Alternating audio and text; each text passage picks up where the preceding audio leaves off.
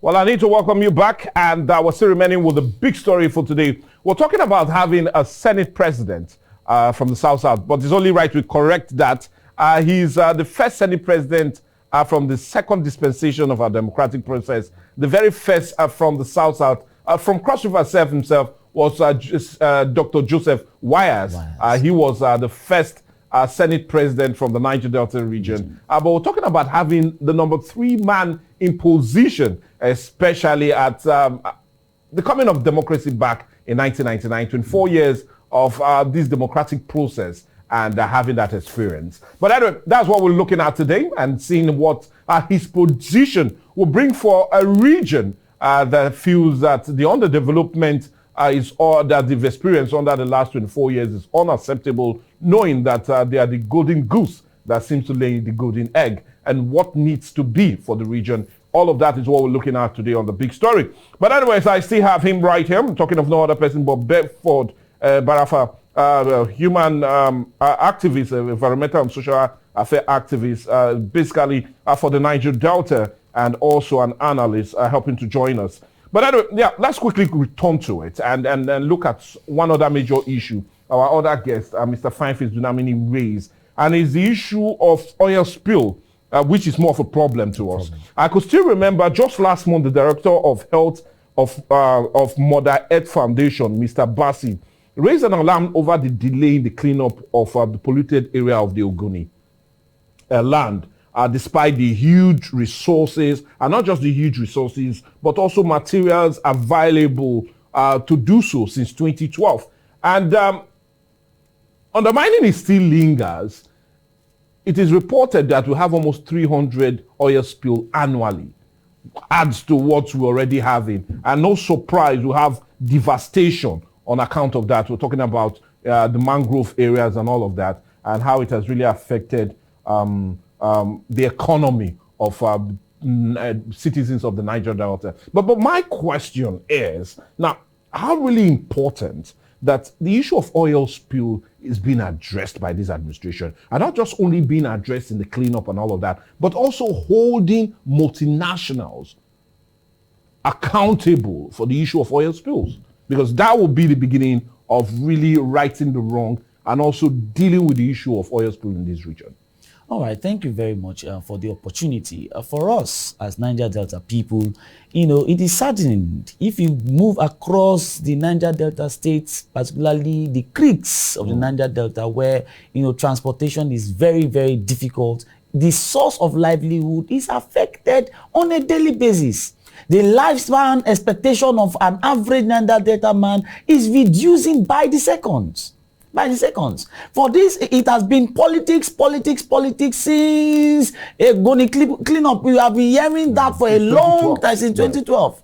It is saddening that this is also still reoccurring, that, okay, the Ogoni cleanup, it has not taken place. And not just Ogoni, that needs to be cleaned up. Yeah. The entire Niger Delta region deserves to be cleaned up. The most polluted area in the world as it stands, according to a recent report from Health Base. Well, go ahead. Yeah, it needs to be cleaned up. The most recent one was the Nembe spill that indeed devastated the livelihood of the entire citizen of Nembe, of Bayelsa. Because we are known for fishing. We are known now, when you go to the river to catch fish, if you are told you catch, the fish is polluted. The pollution has even translated to our bloodstream. We are living a polluted life. And yet, there is no recourse, nothing at all to the people. So this, we are expecting so much from Mr. President. And indeed, thank God we have a Senate president from the region that should understand the pain and agitation and the agony of our people. So there is so much expectation. We need that organic cleanup beyond papers, beyond the billions of nairas that we are hearing. We want to see it happen. We want to see it happen in our region, in our creeks, in our communities. We want to see that happen. Gone are those days where when the people cry we keep crying and you give us peanut and say, go and relax. Take this biscuit and stop crying for a period of time. That was what gave birth to NDDC. That was what gave birth to the amnesty. That was what gave birth to several, even the Niger Delta Ministry. That was what gave birth to it. We are tired of giving peanuts to us and still leaving us us to die in pain. Today, gas flare is still happening. Yeah. It's an archaic, it is unacceptable internationally, but in Nigeria, it is still on paper. There is no issue like that. But practically, even if you go to Bayelsa, the gas flare is still ongoing. Across the Niger Delta, it's still ongoing. We need deliberate action of cleanup of our environment. Deliberate action. Because indeed, without working with the locals, the issue of vendors it cannot be solved. It is not about giving a minority of our people to say, oh, go and do surveillance and it solves the problem. No. And now, if you watch the one that happened at Nembe, you know, after NOSVA came and did their tests and all of that, before long they attribute it to sabotage. That's our people that sabotage the whole process, which has been ongoing. That has been the result. Every now and then we are tired of hearing rhetorics, of hearing, I will do, we want to clean up. We want to see it happen practically. We want to see it because we are living a polluted life. The blossom, the smallest child is at risk. Yeah. The smallest child in our region is at risk.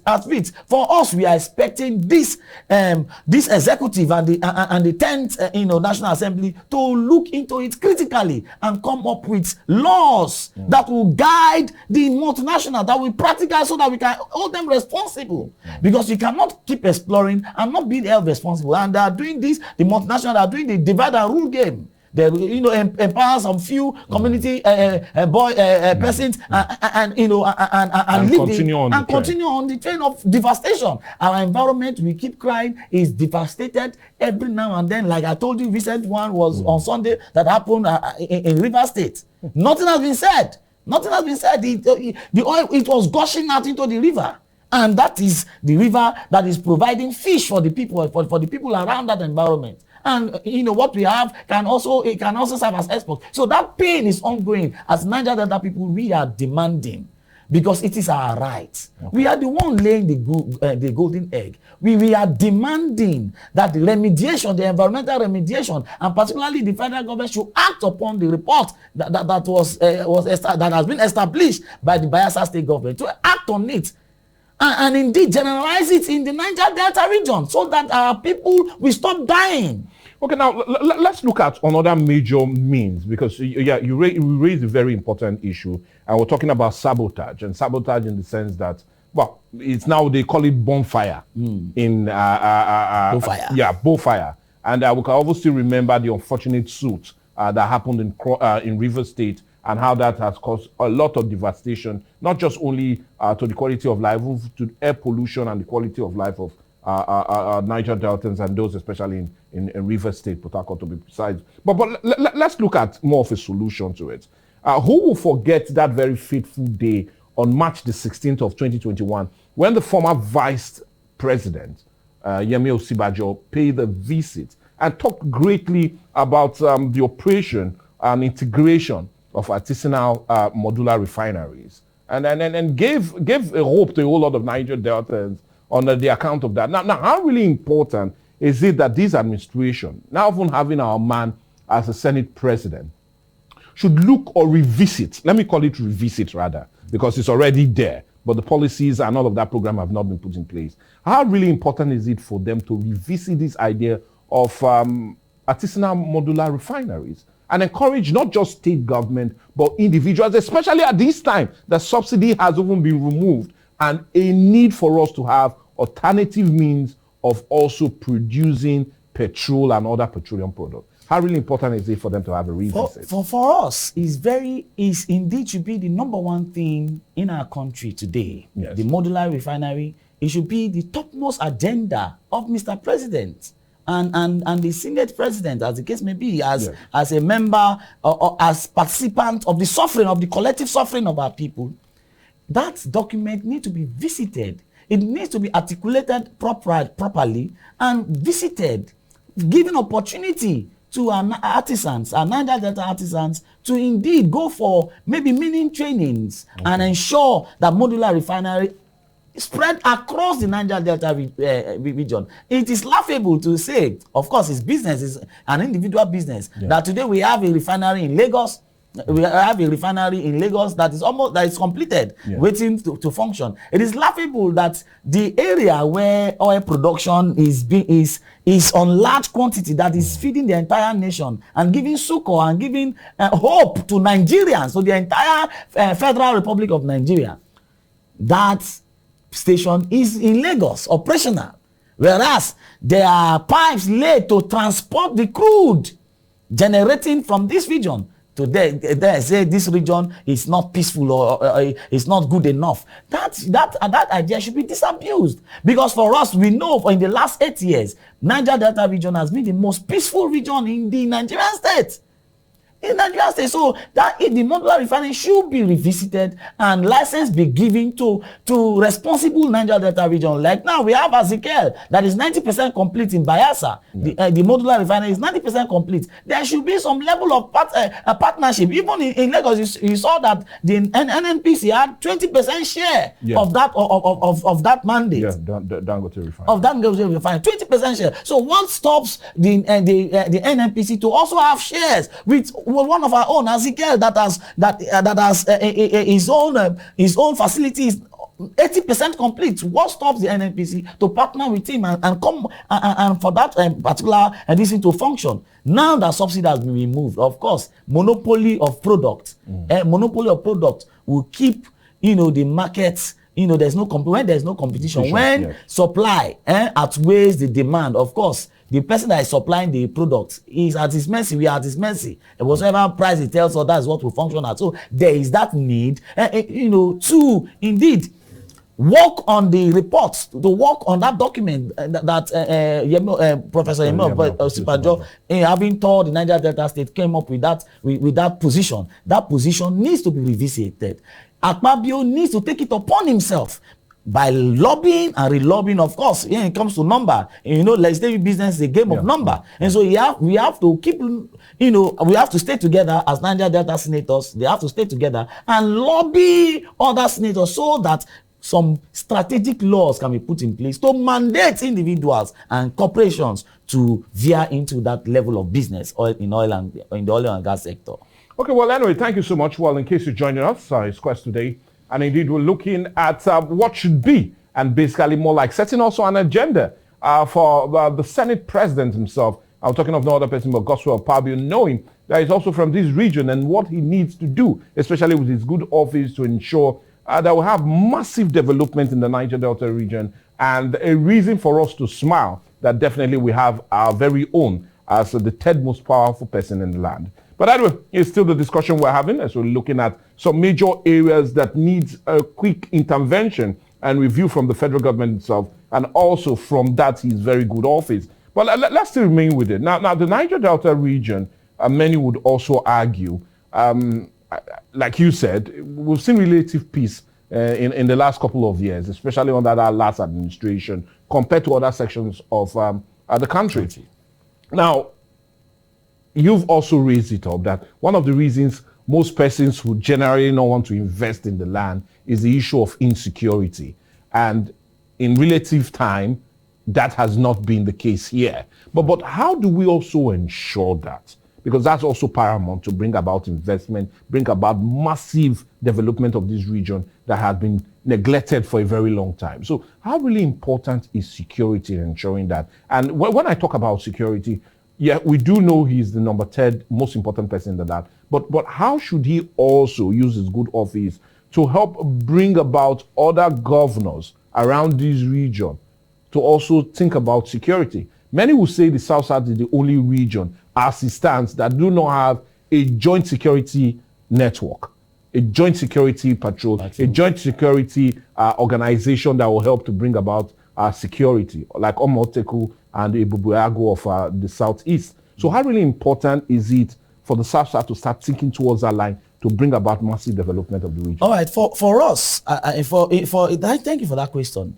When there is peace, the need for security is not there. The need, we know the situation surrounding the establishment of some of those security outfits. Yes. That should tell you how peaceful our region has been over the years. Yeah.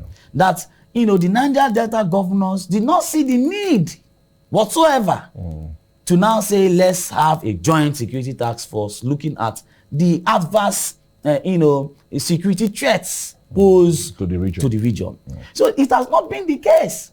It has not been the case. The issues of kidnapping is minimal. It has brought to the barest minimal in the Niger Delta region compared to other areas. So there is relative peace that should, and it is on the foundation of peace that development thrives. So for us, there is that peace in the Niger Delta region. However, peace is sacred. So there is need for the Niger Delta governors to galvanize. It is not when there's an issue that you now start, having a fast think. So there's that need for the Niger Delta Governors Forum to look into that direction, because security is paramount. Security is paramount. Now, also the issue of insecurity is also relative. In the Northeast, there's an undertone. There's an alleged undertone of the insecurity that they have californium that is worth over $2.7 million per gram. Yes. There is that speculation. That is the reason for the basic unrest of the region. So the insecurity is to safeguard their products, to safeguard what they have as a people, so that they can micromanage the entire process. That's an allegation, though. That is an allegation. That is allegedly. Yeah. So there is need, if there is an allegation, there is need, if the federal government is fair enough, there is a need to carry out a report on that. If the Niger Delta region is insecure, they'll start running helter-skelter. If there's pipeline vandalism and all of that, they'll start running helter-skelter to ensure that that situation is combed, using internal security to comb that situation. Why is it not being replicated, particularly in the North? But anyway, I still want us to deal with our region. So how can we ensure that we maintain this relative peace? Because if we can have a peace for a long period of time, there's every sanctity that development will definitely try to come. So how really important is it that the Senate President uses good office to also improve on the security of the Niger Delta? And also, we heard recently that issues surrounding the amnesty. And in all honesty, the amnesty program has done a great deal in ensuring that the peace still remains. So how can we use that, or he use that, as a yardstick and a leverage to ensure that peace remains? For Godswill Akpabio, he is a legislator. His duty is to do legislative business. Yes. Of course. And it's whatever that is brought to his table that he can also use his good office to lobby and influence. Yes. So there must be a cause for action by the Niger Delta governors. He as an individual. So they should initiate. There should be an initiation. They should initiate to form that part. Of course, the Niger Delta region have enjoyed peace. Yeah. And the peace, it is limited, in the sense that people are running out of patience. There have been a whole lot of promises of the PIA, the 3%, implementation, and the people are watching keenly. That has not been implemented. So if you watch, there are pockets and patches of agitation here and there, saying that we are running out of patience. If the surveillance job, it is for a limited few. You cannot accommodate everybody, because what I saw in that PIA is to accommodate everybody, so that everybody is part of the security process of this. If that is achieved, of course, there will be no need for any setting up any special security architecture to deal with. Because so it's all about doing the right thing and ensuring that it remains. Then there's no severe security consequences. Of course, because if that PI is duly implemented, there will be no need for a joint task force to now say, if you go on our road, there are so many security outfits coined out to look at pipeline vandalism. Only in the Niger Delta, we have the NNPC Special Security Task Force, we have the Tantita Task Force, and we have several others that are looking into the same issue. Whereas there's no, of course, it's needed, but what we need Godswill Akpabio to do is for the effective implementation of the PIA, so that the sustainable peace that we have enjoyed over the years can be maintained. Okay. Well, anyways, I love that more for us to talk about it and to see how we can really bring about that relative peace that has always been the bedrock of our development to still remain in the Niger Delta. But we'll remain with the discussion, but we need to go on a break now. And when we come back, we'll make it truly interactive as we have your views, comments, and contribution, all centered on this issue that we're talking about. How can his office be used to ensure the development of the Niger Delta, and not just only the development, but the sustainability of peace and progress? Let's go on a break.